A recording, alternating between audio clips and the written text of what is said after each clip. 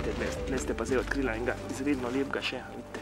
Še en cvet. To je za teloh. Teloh ima več cvetov. V tem rastišču je zelo bogato in včasih dobite res prave take, ki imajo tudi po 10 ali pa še več cvetov skupaj.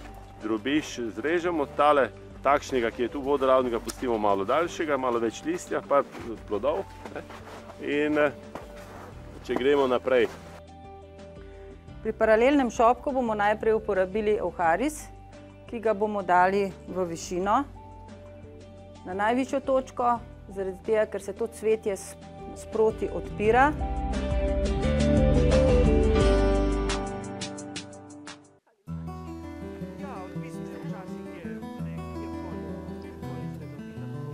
Le nekaj žarkov je treba in skozi tanko plast snega kmalu pokukajo glavice teloha. Iskali smo ga na Rakitni, ko je veter bril med drevesi in sneg še debelil belo odejo. Tam v zavetju debla je čakal na toplejši dan. Tam pogledava. No, evo, tukaj je pa že prav, tako kot je pravilno. Vidite, malo listov, malo so sicer poškodovani listi, ker to se vedno zgodi z vsakim snegom, ko pade, malo ga kaj tudi obžre, vidite tukaj. To, kar sva našla, je črni teloh. To je črni teloh, ja. Seveda zaradi korenike, cvet njegov je bel, ampak tukaj vidite, ko ga malo odkopala, previdno je treba, zato ker rastlina je zdaj zmrznjena, in če jo preveč, ja, takoj se odlomi, ker v bistvu rastlina se pusti zmrzni, kot se temu reče. Telohu nič ne škodi, listi so povsem mlahavi, padejo, tudi cvet včasih se tako povesi, potem pa na novo, ampak tukaj se vidi recimo, da je tale cvetek niti ni bel, čeprav ima bele cvetove, ampak je rožnat. Ko je mrzlo in tisti cvetovi, te prvi, ki so potem rožnati. Zato, ker to so v bistvu ta barvila, antociani, ki se v bistvu tvorijo takrat, ko je mraz in tudi pomagajo, da rastlina lažje preživi v bistvu te mrzle, zelo neugodne dni. Ker če bi rekli, telohov cvet je dosti velik v bistvu za zimo, ker teloh dejansko cveti po zimi, ne spomladi. No, pa gledajte, tle ste pa zdaj odkrila enega izredno lepega še, vidite. Še en cvet. To je za teloh. Teloh ima več cvetov. Recimo na tem rastišču je zelo bogato in včasih dobite res prave take, ki imajo tudi po 10 ali pa še več cvetov skupaj. In vidite, tudi tale je tak rožnat. Mrzlo je zdaj. Če bi bilo recimo dosti toplote, bi se potem tole razprlo in bi dejansko ti listi potem samo na zunaj še ostanejo taki rožnati, ampak tudi beli postanejo potem. Je pa res, da potem, ko pa rastlina odsveti, pa zopet postane rožnat, ampak to pa v višjih predelih. Telohi so rastline osrednje in južne Evrope, rastejo na območju do zahodne Azije. Pri nas jih najdemo skoraj povsod. Zacvetijo v pozni jeseni, nato pod snegom čakajo na pozno zimsko sonce. V Sloveniji je 5 vrst, ampak recimo črni teloh je ena taka tipična rastlina, kjerkoli jo bomo našli, tam je zanesljiva apnenčasta podlaga, še bolj rečeno dolomitna. Tako da, če bi tako pogledali, sploh ne rabimo nobenega pH detektorja, tam, kjer je črni teloh, lahko rečemo, tam je apnenčasta podlaga, se pravi bazična podlaga, tam teloh tudi raste. To je v bistvu ena izmed najbolj razširjenih vrst v Sloveniji, raste praktično od nižine do visokogorja. Pa že to povejo, da je Slovenija zelo bogata s telohi in jo pogosto omenjajo v botaničnih krogih. Zakaj? Po telohih je recimo Slovenija poznana nekajkrat, recimo. Zato, ker če začnem, kraljica telohov je recimo dobila eno zeleno različico teloha, ki je bil skoraj rumen, v okolici Bohinja. Že leta 65 in iz tega je nastala potem rumena različica teloha z križanji in nadaljnjo selekcijo. Od recimo teh črnih telohih, recimo že v angleški literaturi piše, da se za časa Avstro-Ogrske monarhije iz nje izvažali telohe v velikih količinah v Veliko Britanijo, se pravi v Anglijo in seveda zanesljivo tudi od tukaj. V znameniti kranjski flori, Flora carniolica iz leta 1772, Scopoli navaja 2 vrsti teloha. Franc Hladnik je teloh zabeležil na prvem seznamu rastlin botaničnega vrta leta 1812. Botanik Martin Cilenšek ga predstavlja v delu Naše škodljive rastline v podobi in besedi iz leta 1892. Telohe v Sloveniji so lani podrobno predstavili Jože Bavcon, Klemen Eler in Andrej Sušek. Teloh je poseben zaradi svojega velikega cveta, ki se odpre, ko se temperature povzpnejo le nekaj čez ledišče. Ja, cvet je tak, recimo, res lep, zanimiv, velik, kot smo že rekli, tu so čašni listi tukaj, potem so tukaj noter ti medovniki, ki so spremenjeni dejansko venčni listi in potem so recimo tukaj noter prašniki in pa seveda pestič, ki je razdeljen, ta brazda je deljena in v bistvu to, ko se opraši, recimo, ko pride cvetni prah na pestič, seveda je dobro, da se prenese z drugega cveta, najboljše z druge rastline, potem se ti mešički odebelijo. In v bistvu ti čašni listi, ki so zdaj beli, bojo potem nazaj pozeleneli ali pa, kot sva rekla, v višjih predelih tudi pordečijo in v bistvu ščitijo te mešičke, ki se potem razvijajo lahko tako kar precej ven, dokler ti mešički ne dozorijo. To je pa nekje od maja do junija, odvisno pač od nadmorske višine in šele takrat v bistvu tale cvet, ki že ni več cvet, odpade. Kakšno vlogo pa imajo ti medovniki? Ja, medovniki so v bistvu vaba, za žuželke, za čmrlje, za čebele. Tle noter dobijo malo hrane, nektarja in v bistvu takrat, ko se borijo, da pridejo do teh medovnikov, seveda podrsajo prašnike, prenesejo ta cvetni prah s telesom recimo na brazdo, ki je deljena, zato je tudi deljena recimo tako tukaj, da jih pač večja možnost, da nekaj zadene. Tu imava dva primerka zelenega teloha. Kje ste nabrali tega? Ja, ta je pa istrski teloh, kot mu rečemo, deljeno listni teloh, ki ima ogromne recimo liste, zdaj so še ti listi majhni. Nabran je na Krasu, v okolici Komna. Ta je recimo zelo zgoden, bi rekel, ta je običajno kasnejši, recimo ta je že posajen. Kako ima močno to koreniko in potem korenine tukaj nastane skoraj cel šop, kot grm zgleda, čeprav so to zeljnate rastline. Z vsakega takega konca, kakšno leto, kjer recimo tudi odmre, ampak z vsakega takega potem požene v bistvu najprej s temi zaščitnimi listi, tukaj noter, tle noter se potem dviga stebelce z cvetom in listi, tu je za te značilno recimo za zeleno telohe, ki so pri nas, ker to ni edini, tale je istrski, potem je še dišeči teloh in pa hostni teloh, ki je bolj značilen recimo za ta predel od Maribora proti Prekmurju recimo. Peta vrsta, ki raste pri nas, je temnoškrlatni teloh. Najdemo ga na pobočjih Dolenjske, Bele krajine in na Kozjanskem. Da samo še omenjava posebnost teh listov kasneje. Ja, posebnost teh listov je pa dejansko taka, da recimo, ko se istrski teloh razvije, taka se ga pa kar lepo da ločiti, ker ko ga tako primete recimo z vrha, je bodeč, kot da bi prijeli ježka. Bolj, ko gremo recimo proti Balkanu dol, ker tam je tipičen tale deljeno listni teloh, je tale ježkasta narava še močnejša. Kaj se zgodi? Čisto preprosto, če bi taki listi ostali, jih recimo rastlinojedi lahko jedo. Telohi so strupeni, ampak nekatere živali kljub vsemu lahko jedo, to je vedno tako. No, in če bi bila recimo rastlina taka, da bi bila taka mlahava, kot je zdaj, pa mehka, seveda bi jo obžrli. V poletnem času, ko pa recimo ni vode, je huda vročina, če je rastlina bodeča, potem se jo noben ne dotakne. Na seznamu zavarovanih rastlinskih vrst, ki so pri nas domorodne, spada teloh med tiste, pri katerih ni prepovedi nabiranja nadzemnih delov, stebla s cvetom. Semen, plodov ali celotne rastline pa iz narave ne smemo odnašati. Lahko pa na vrt posadimo številne sorte, pa naj bodo svetlih ali rožnatih odtenkov. Telohi so eni tistih prvih trajnic, ki začnejo cveteti najbolj zgodaj. Takoj po prvem snegu začnejo cvetovi brsteti. Te sorte, ki jih imamo mi, so praktično malo bolj posebne sorte, ki so, lahko vidimo tule v barvi listov, imajo temnejše barve listov. Cvetovi, lahko vidimo tudi, so od rožnatih do rumenih, do belih. Tole je sorta Pink Frost, je malo bolj bujnejša rast, nekje do 40 cm, potem zraste v višino. Torej med nižje rastočimi. Med nižje rastočimi, poseben je v, tako sem rekla, v temnejših listih in v cvetu. Prvi cvet, ki se odpira, je v rožnato, starejši cvet, ko je, pa potem se malo v zeleno-rumeno spremeni.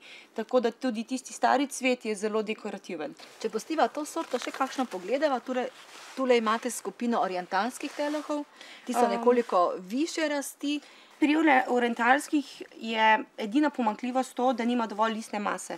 So čudoviti cvetovi, lahko vidimo od temno-vijoličnih, rdečih, pisanih do belkastih.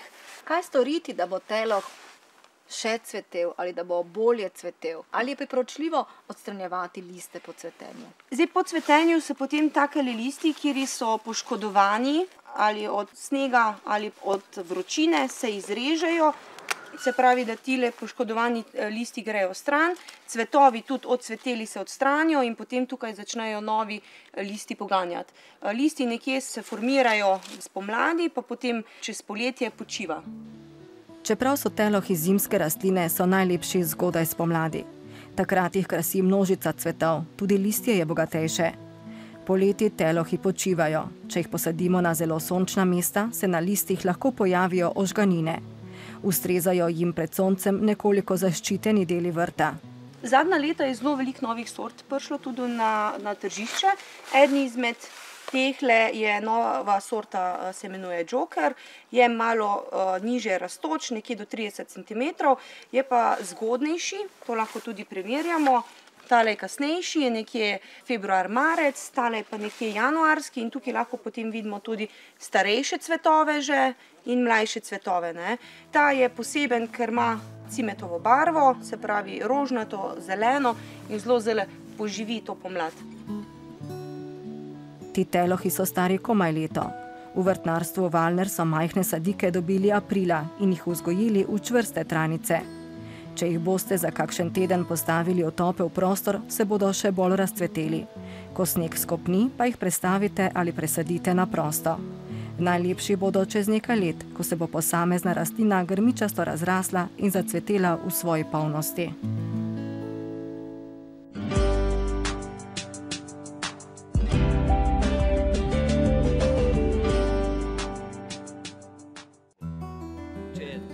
Zimsko rezjo spodbujamo rast drevesa, spoletno upočasnjujemo njegov razvoj. S prikrajševanjem vej ga oblikujemo in skrbimo, da ga preveč plodov ne bi izčrpalo. Plodovi so namreč največji porabniki hrane. V Pivolskem sadovnjaku Fakultete za kmetijstvo in biosistemske vede so nedavno porezali tudi nekaj let stare vinogradniške breskve. Tako zvane čepe delamo, malo daljše. To recimo lansko leto, če zdaj pogledate tule. Lansko leto je bil tu malo daljši čep puščen in smo letos dobili 1, 2, 3 poganke. Kaj moramo letos narediti? Spet bomo naredili enega daljšega, enega krajšega in bomo dobili mlade poganke. Zadaj moramo skrajšati. In če gremo zdaj naprej sem, te poganke tukaj bomo skrajšali. Tule bomo takole še naredili. Tako in zrežemo proti drobiš, zrežemo tale takšnega, ki je tu vodoravnega, pustimo malo daljšega, malo več listja, pa plodov. In če gremo naprej, zakaj je to krajšenje nazaj pomembno? Poglejte to, breskva se izjemno rada goli. Vidite, speča očesa v naslednjem letu več ne odženejo in edina prava pot je, da delamo čepe. Čepe čim več. Tule recimo, vidite, je lepo pognalo mladi. Tukaj ne narediti kratkega čepa, ker se rad posuši, malo daljšega. Malo daljšega, vidite. Izkušnje kažejo, da so malo daljši čepi, je večja verjetnost, da požene. Vidite, ko bi pa malo krajši, pa slabo požene. Tako da, vidite, je kar enih 10 cm dolg. Takole. In tako da se borimo pri breskvi z tem, da se ne ogoli. Vidite, tu je lansko leto bilo puščeno, vidite tukaj, pa je tale lepo rodila. Ampak moramo iti nazaj. Podaj čim več čepov, tu recimo ne 3 pustimo, evo, takole. Tu tudi, nazaj, če hočemo drugo leto še kaj imeti. Takole. Tak, pa gremo še tu sem. Vidite, ta je lepa močna. Te drobne porežemo, zato ker to je potem sam drobiž gor in samo izčrpa. Vidite, ti lepi ostanejo. Te predčasne sem pa porezal. In tu bomo zdaj pustili en plod, tak na 10-15 cm en plod.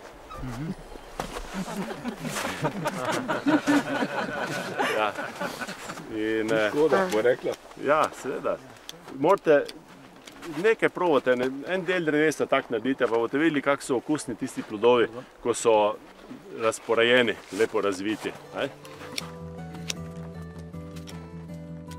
Ne bo hudega, če boste breskev porezali šele v prihodnjih dneh proti koncu zime in pri tem predvsem skrajšali in razredčili rodne enoletne poganke. Glavno rez breskve pa prihranili za poletje, ko se rane dreves koščičastega sadja bolje celijo. Tu zdaj višino nekje definiramo, tu nazaj, takole, tu tudi, recimo ene dve prave rodne šibe polovimo, takole, tu zadaj vrežemo, tu nazaj, takole, to bomo tudi nazaj, in še bomo nekaj, tisto bomo pustili, naj odrodi, takole, evo. Tu še mogoče še tega drobiža, ta drobiž še vse ven, to je sam klump, sam drobiž in samo izčrpuje, tako da to, še gremo nazaj. Tu bomo tole pravo rodno šibo pustili, poglejte, lansko leto je bilo tukaj krajšeno, poglejte, kak je lepo naredila, to, tu zadaj sicer ni najboljše, ampak takole, tu, še nazaj, v glavnem zadaj spucamo. Potem imamo tukaj, lansko leto je bila močna, ta je lepo rodila sigurno, ampak je zadaj slabo naredila, ker je bila premočna, tako da moramo jo nazaj, če hočemo nekaj še. Tudi tale še bom tu še tako nazaj. Breskev oblikujemo tako, da razpiramo veje na spodnjem delu drevesa. Rodnost lahko povečamo z upogibanjem spodnjih stranskih vej. S krajšanjem vej na čepe na 2 do 3 očesa preprečujemo ogolitev drevesa na spodnjih delih vej.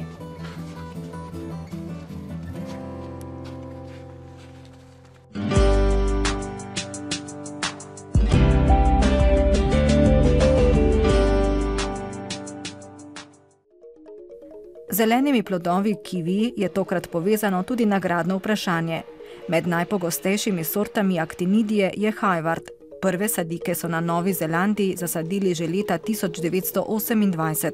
Nas pa zanima, po kom je sorta dobila ime. Odgovore pošljite na elektronski ali stalni naslov oddaje Na vrtu. 3 izžrebancem podarjamo knjigo Marjana Kogelnika Aktinidija, kivi na našem vrtu.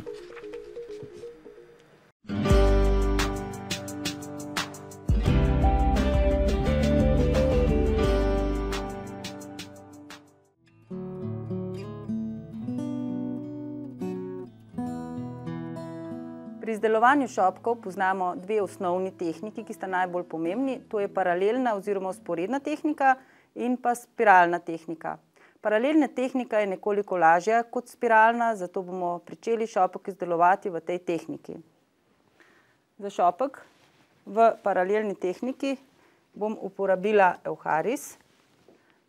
To je novo cvetje na tržišču. Ima lepe bele cvetove, nežne. Ravno tako ga odlikuje dolga doba trajanja. In ker ima visoke peclje in cvetje dobi svojo vrednost glede na svoje peclje, na dolžino pecljev, ga bomo dali v višino šopka. Naredili bomo skupine pred sabo in uporabili različno cvetje in zelenje.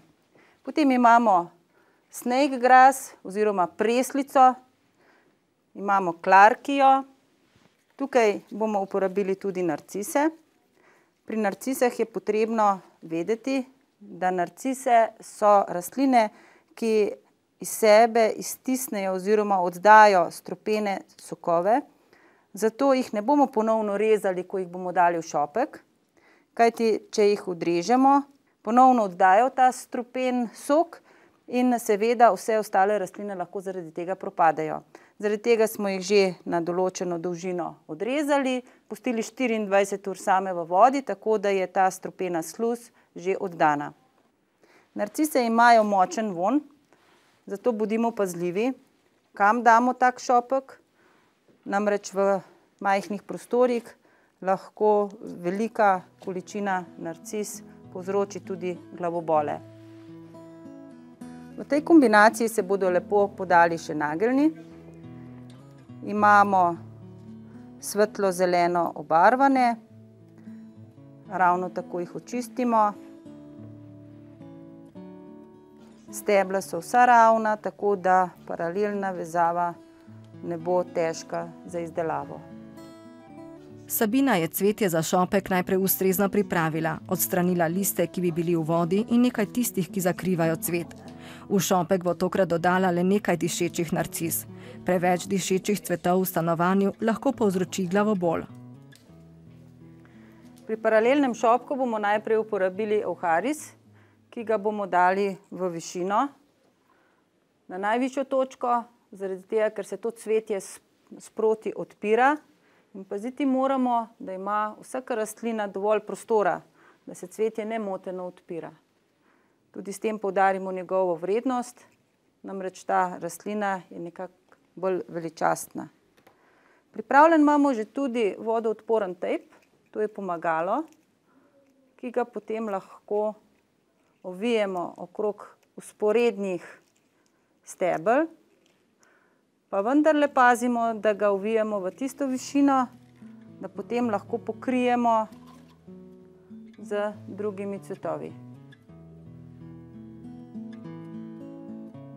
Uporabljam klarkijo, postavimo jo nižje, lahko bi temu tudi rekli etažni šopek. Na to uporabim snake grass, preslico.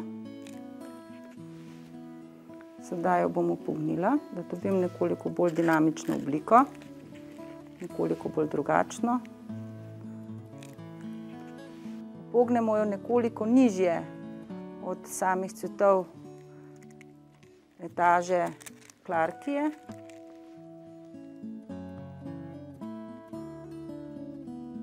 Lepo se oblikuje. Po preslicah, katerih stebla je Sabina upognila, je dodala dišeče narcise. Nato je strogo strukturo vzporedno vezanega šopka razrahljala socvetje trav. Tako je v šopek vnesla gibanje in ustvarila zunanji, tako kot šopek vidimo z razdalje, in notranji prostor, igrivost prehodov med posameznimi cvetovi. Dodala je še nageljne in šopek povezala. Vzporedno smo nekoč vezali travniške šopke, vzporedno etažno povezane so butare. Spodnje dele stebel je poravnala stebli narcis, ki smo jih spodrezali dan prej. Na koncu moramo paziti, da je cvetje spodrezano še drugo cvetje poševno, predvsem eucharis v tem šopku in klarkija, da bodo vodovodne cevi nemoteno potem lahko tudi opravljale svojo funkcijo in da bo cvetje dobilo dovolj vode. Pri tem moramo paziti tudi pri nageljnih, da so spodrezani med kolenci, torej popravke dajemo oziroma delamo posebej, glede na steblo, pri čemer narcise pustimo pri miru. Šopek bomo zaključili še z vrvico iz debelejšega filca. Uporabili bomo še bucike za dekorativno glavico. Pri tem se pazi, da imamo dovolj dolžino pecljev, zaradi tega, da sam filc ne bo stal v vodi, da se ne bo napil vode. Filc je v letošnjem letu trendovski material, mehkobo vnaša v same aranžmaje. Še dekorativna bucika, da nam obdrži filc na pravem mestu. Pri tem ne smemo prevečkrat prebosti stebla, namreč če jih prevečkrat prebodemo, potem ne opravljajo svoje funkcije, vendar toliko, da drži naš material, je dovoljeno. Nekoliko dekorativnih dodatkov. Dodatki so v barvah cvetja, tako da nimamo preveč različnih barv, da so barve v sozvočju. Tako imamo pomladno zeleno in pa barvo klarkije, intenzivno vijolično. Kot vidimo, se pri uporabi aranžiranja, izdelovanja šopkov, različnih aranžmajev, kadarkoli imamo v uporabi naravne materiale, lahko dodajajo tekstilije, kot so tanke vrvice, dekorativni dodatki. Filc sem že omenila, volno lahko uporabite, če nimate filca. Skratka, vse, kar imate doma, med šivalnim priborom, vse lahko dodamo in imamo bolj zanimive dekoracije.